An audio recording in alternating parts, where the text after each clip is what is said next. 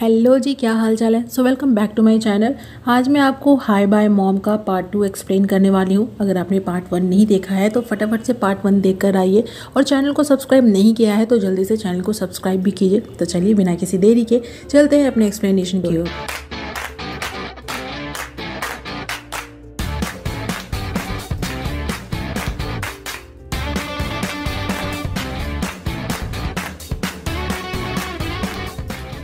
Episode 2 की शुरुआत होती है पास्ट से, और हम देखते हैं कांग को नन्ही सॉवू के साथ उसके इन-लॉज के घर में, जहां वो यूरी के पेरेंट्स से रिक्वेस्ट करता है सॉवू का ध्यान रखने के लिए। लेकिन यूरी की मॉम इससे साफ इनकार कर देती हैं और उसे रूडली बोलती हैं सॉवू का खुद से ख्याल रखने के लिए, और इसमें वो उसकी कोई मदद नहीं करेंगी। दरअसल यूरी की मॉम जानबूझकर कांग के सामने रूड बनती हैं, क्योंकि अगर वो सॉवू का ख्याल खुद रखने लग जाएंगी तो कांग एकदम अकेला हो जाएगा और दोबारा से अपनी जान लेने की कोशिश करेगा, जो वो पास्ट में एक बार कर चुका है। इसीलिए मॉम चाहती हैं कि कांग सॉवू में बिजी रहे और धीरे धीरे यूरी को भूलकर अपनी लाइफ वापस से जीना शुरू कर दे। जिसके बाद कांग खुद ही सॉवू का ख्याल रखता है। रोज सुबह उसे डे केयर में छोड़कर हॉस्पिटल जाता है और शाम उसे वापस लाता है। धीरे धीरे सॉवू के सहारे ही कांग फिर से अपनी लाइफ में बिजी हो जाता है, पर वो यूरी को कभी नहीं भूलता और यूरी भी हर वक्त उसके आसपास ही होती है। धीरे धीरे सॉवू 3 साल की हो जाती है और कांग भी दूसरी शादी कर लेता है। वो कहते हैं ना कि कोई भी दुख या प्यार इटर्नल नहीं होता। वैसे कांग का दुख और प्यार कितना है ये तो वक्त ही बताएगा। कहानी फिर प्रेजेंट में आती है, जब यूरी को रियलाइज होता है कि लोग उसे अब देख सकते हैं। उसे लगता है कि वो फिर से इंसान बन गई है, क्योंकि वो चीज़ों को फील करने लगी थी। जिसके बाद तो जैसे वो पागल ही हो जाती है, पर साथ ही उसे इस बात की चिंता भी होती है कि कांग ने उसे देख लिया है, प्लस वो अचानक से इंसान कैसे बन गई। कि तभी शाओमेन उसके पास आती है, जो उसे बताती है कि उसी ने भगवान को चैलेंज किया था, तो अब भगवान ने उसे 49 डेज की पनिशमेंट दी है। जैसे कि ऊपर जाने के बाद उसके ऊपर 49 डेज का जजमेंट पीरियड चलता और तब ये डिसाइड किया जाता कि वो अगले जन्म में क्या जन्म लेगी। तो भगवान ने उसका जजमेंट पीरियड यहीं धरती पर ही स्टार्ट कर दिया है, और इन 49 डेज में उसे उसकी पोजीशन वापस हासिल करनी होगी, यानी कि उसे वापस से कांग की वाइफ और अपनी बेटी सॉवू की मॉम बनना पड़ेगा। तब तो वो वापस इंसान बनकर रह सकती है, वरना उसके साथ क्या होगा ये तो वो भी नहीं जानती। अब ये बात जानने के बाद यूरी और भी मुसीबत में पड़ जाती है। वो दोबारा से जिंदा तो होना चाहती है, बट अब कांग अकेला नहीं है। उसने मिन से दूसरी शादी कर ली है और वो मिन के साथ इनजस्टिस नहीं करना चाहती। यही सब सोचती हुई वो अपने पेरेंट्स के घर आती है, बट जैसे ही उन्हें देखती है वो उनसे छुपने लगती है, क्योंकि उसकी मॉम उसे यूं अचानक से दोबारा जिंदा देखकर शॉक में हो जाएंगी, जो उनकी सेहत के लिए सही नहीं है। हालांकि उनका कुत्ता यूरी की स्मेल पहचान लेता है, बट फिर भी यूरी खुद को उनसे बचा ही लेती है।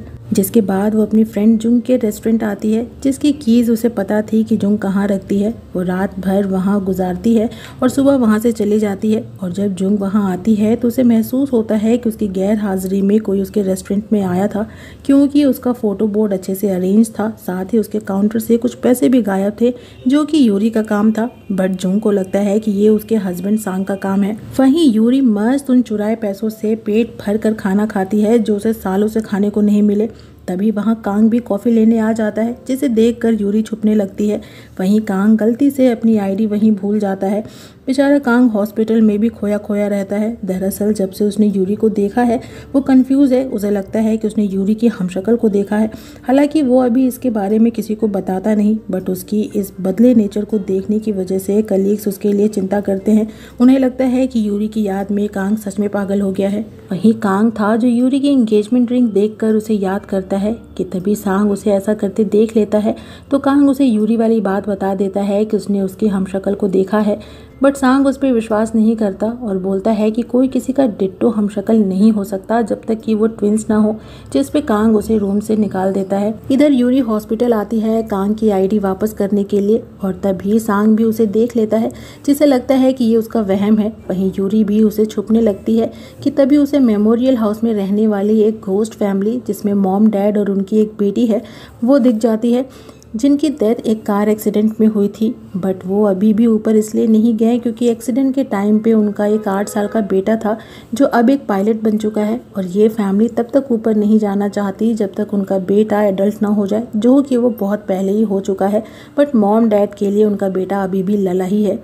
खैर, जैसे ही यूरी की नज़र उस घोस्ट फैमिली पर पड़ती है वो उन्हें इग्नोर करती है, क्योंकि शामैन ने कहा था कि अगर स्पिरिट्स दिखाई दे तो उन्हें इग्नोर करे, वरना अगर उन्हें ये पता चला कि वो स्पिरिट से ह्यूमन बन गई है तो उसके लिए प्रॉब्लम बढ़ जाएगी। बट उस घोस्ट फैमिली को पता चल जाता है कि यूरी ह्यूमन बन चुकी है और उन्हें देख सकती है, जिसके बाद तो वो उसके पीछे ही पड़ जाते हैं। बट यूरी भी किसी तरह उन्हें चकमा दे जाती है। इधर कांग को एक डॉक्टर उसकी ID देता है जिसपे कुछ ड्राइंग्स बनी थी, जिसे देखकर उसे अजीब लगता है। और इससे पहले कि वो जान पाता कि वो ID किसने लौटाई है, हॉस्पिटल में एक इमरजेंसी केस आती है जिसमें फ़ौरन सर्जरी की ज़रूरत थी। और चूंकि बाकी सीनियर डॉक्टर बिजी थे तो ये सर्जरी कांग को ही करनी पड़ेगी, जिसके लिए कांग साफ इनकार कर देता है। बट बाकी डॉक्टर के रिक्वेस्ट करने पर कि अगर उसने सर्जरी नहीं की तो पेशेंट की डेथ हो सकती है, कांग ऑपरेशन थिएटर में आ जाता है। बट पेशेंट की बॉडी को देखकर उसे यूरी की याद आने लगती है। OT में उसे उस दिन की सारी मेमोरीज हॉन्ट करती हैं जब यूरी उसके सामने पड़ी थी और वो उसके लिए कुछ नहीं कर सका। वहीं मिन को देखते हैं जिसे वो बस स्टॉप वाली लेडीज बात करने के लिए कॉफ़ी शॉप ले जाती हैं और बताती हैं कि उन्हें सौ वो के लिए चिंता है। आखिर वो उनके बच्चों के स्कूल में ही पढ़ती है, उन्हें सौ वो के अकेले बातें करने, अकेले खेलने के बारे में भी पता है, इसीलिए वो उसे एक थेरेपिस्ट के पास ले जाने का सजेशन देती हैं। बट मिन उन्हें ये बोलकर चुप करा देती है कि उसे उसकी बेटी के लिए क्या सही है इसकी पूरी जानकारी है, जिसपे वो लेडीज आपस में बातें करती हैं कि मिन को सौ वो की कोई चिंता नहीं है। उसने उसके डैड से इसलिए शादी की क्योंकि वो एक सक्सेसफुल डॉक्टर है जिसके पास बहुत सारे पैसे हैं। इधर यूरी सौ वो के स्कूल पहुंच जाती है जहां वो उसे फिर से उस घोस्ट बच्चे के साथ खेलते देखती है, तो इस बार वो खुद से उसे जाकर रोकती है और इस सब में वो पहली बार अपनी बेटी को हक कर पाती है, उसे फील कर पाती है, जिसके बाद एक माँ की फीलिंग क्या होती है अपने बच्चे को पहली बार छूने की, इसका उसे एहसास होता है। अभी एक टीचर उसे देख लेती है जिसे लगता है कि वो यानी यूरी सौ वो को स्कूल से पिक करने आई है, क्योंकि मिन ने पहले ही स्कूल में फ़ोन करके बता दिया था कि सौ वो को कोई और पिक करने आएगा। वहीं कांग को सीनियर डॉक्टर बहुत डांटते हैं क्योंकि उसने ऑपरेशन बीच में ही छोड़ दिया था जिससे कि पेशेंट की जान भी जा सकती थी, यहाँ तक कि वो उसे उसका लाइसेंस तक फेंक देने को बोलते हैं। वहीं सांग सीनियर डॉक्टर को बताता है कि कांग अभी भी यूरी की डेथ से ओवरकम नहीं कर पाया है, उसे आज भी OT से फोबिया है, साथ ही वो उसके मेडिसिन भी नहीं ले रहा। पर कांग को अपने करियर की कोई चिंता नहीं थी। उसे हम मेमोरियल हाउस में देखते हैं जहां वो यूरी की और अपनी फ़ोटो देखता है जिस पे यूरी ने कुछ कार्टून बनाए थे,